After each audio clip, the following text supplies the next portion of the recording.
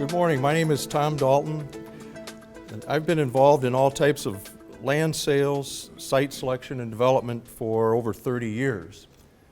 Another 10 more years of experience, and I'll be a consultant.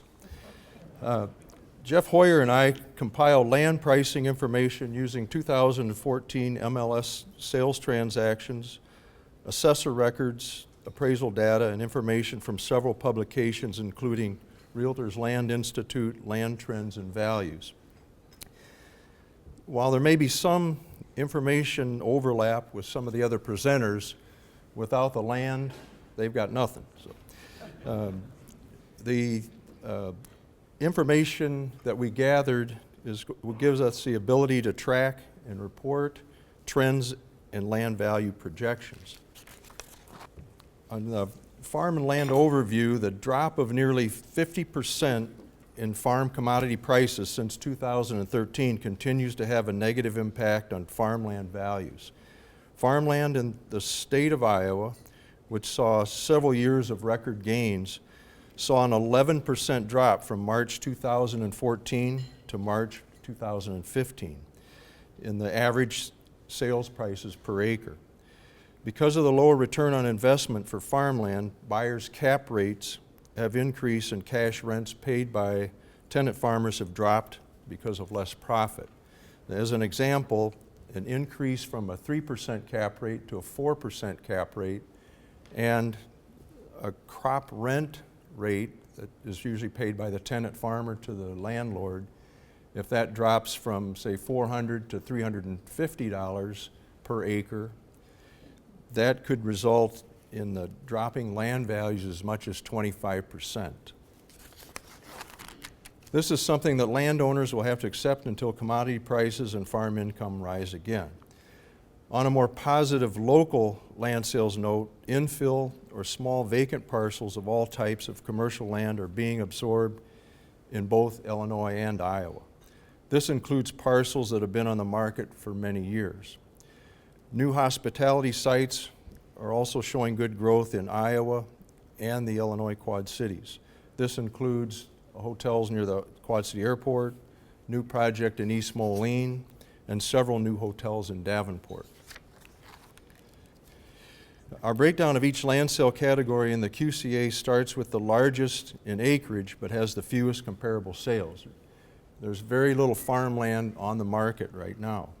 But we're seeing farm net income that could fall a projected 32% this coming crop year.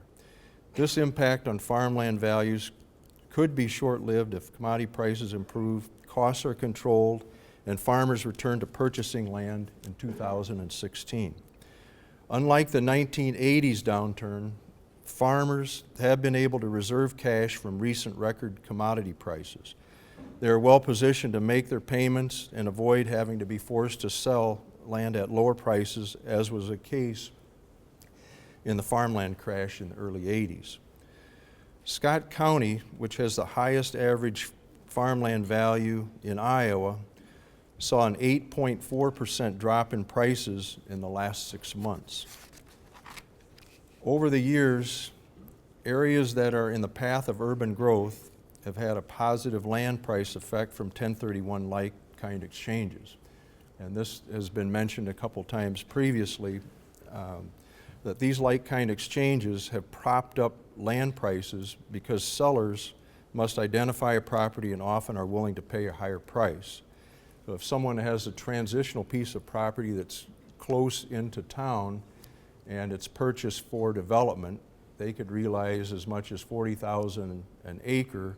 They want to stay in farming, so they'll go a little further out. They have money to spend and identify farmland to increase their land from maybe 100 acres to 400 acres. And that has helped keep land prices, especially in Scott County, propped up to a little bit higher levels. However, the current administration is considering eliminating or reducing this tax deferring method. This would have an impact not only in farmland, but all investment real estate. Scott County has a clear advantage in transitional land sales over Illinois. The ability to develop a comprehensive plan and design a facility planning area for large tracts of land is a huge plus. This is made possible because of the difference in Iowa and Illinois annexation laws. In Illinois, each landowner has to petition the city to which they wish to annex. In Iowa, cities can annex large areas containing multiple parcels of land and multiple owners, allowing them to build roads and infrastructure to access development sites, such as what you see in North Davenport and North and East Bettendorf. Even smaller cities, such as LeClaire, have benefited from this advantage.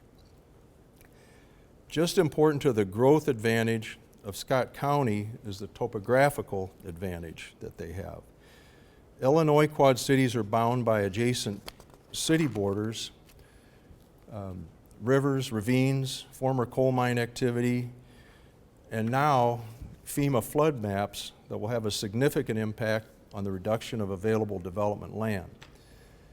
This increase in the floodplain boundary will make future development more expensive, if not impossible, taking thousands of acres of potential development land out of play. This has a significant impact on a city like East Moline that was planning to expand to the east, and now most of that 2,500 acres is considered floodplain. Land that is less difficult to develop and strong residential growth in the Iowa Quad Cities continues to create demand for transitional land. New home construction leads to commercial site purchases as it creates new hot corners. The new Davenport land-based casino location has spiked the transfer of several large tracts of transitional land along Veterans Parkway, all the way from Brady Street to I-74 and continuing to Utica Ridge Road, and that will eventually continue on further to the east. This impact is something we did not see with the riverboats. Everyone expected to see large economic growth and a lot of building going on near those boats. It never happened, but with this new casino, we're already seeing quite a bit of activity in that area. The sale of retail and office infill sites in both Illinois and Iowa continue to show good activity. Some of these sites have been on the market for several years. Outlot sales and big box store absorption create demand for new development sites as retailers, fuel stops, and restaurants continue to expand. Retail, financial institutions, and medical-related development, including senior housing and nursing care, tend to follow strong population growth to secure those prime locations. We still have a shortage of new office campus development sites, as many of the existing sites are starting to be filled. Small industrial lots in older parks are being sold with very little land being developed for these types of users. The Quad City area is still in need of large, fully entitled industrial sites to lure distribution and manufacturing users. Rail and barge terminal access is becoming more important but difficult to obtain. In 2014, we saw a range in sales of farmland from $4,900 per acre, which is usually at a lower price sold to a family member, to $15,400 an acre, which is top quality flat and black land, usually purchased by a neighbor that wants to expand or the result of competitive auction bidding. Transitional land that is currently zoned ag and usually still farm ranges in price in this area from actual sales of $34,000 per acre to $55,000 per acre, and as high as $90,000 per acre for smaller tract of land. Some transitional land that is considered infill, south of 53rd Street as an example, is on the market for as high as $250,000 per acre. The wide range in office and retail land prices reflect the location and use. We're seeing values hold, if not slightly increase, with good activity. Existing raw development land opportunities are shrinking in the QCA. However, for reasons mentioned earlier, Iowa has a distinct advantage in providing the future parcels for continued growth. The new Veterans Parkway development corridor will enable a shift in retail, commercial growth to that area. With Elmore Avenue extension, residents and visitors will discover this new east-west route and increase the traffic counts that retailers seek. Farmland prices should recover slightly in 2016, barring any unforeseen world trade, weather, or political issues that could impact commodity pricing. Ruhl Commercial Company takes pride in our land site selection expertise that brings new and expanding businesses to the Quad City area. Thank you.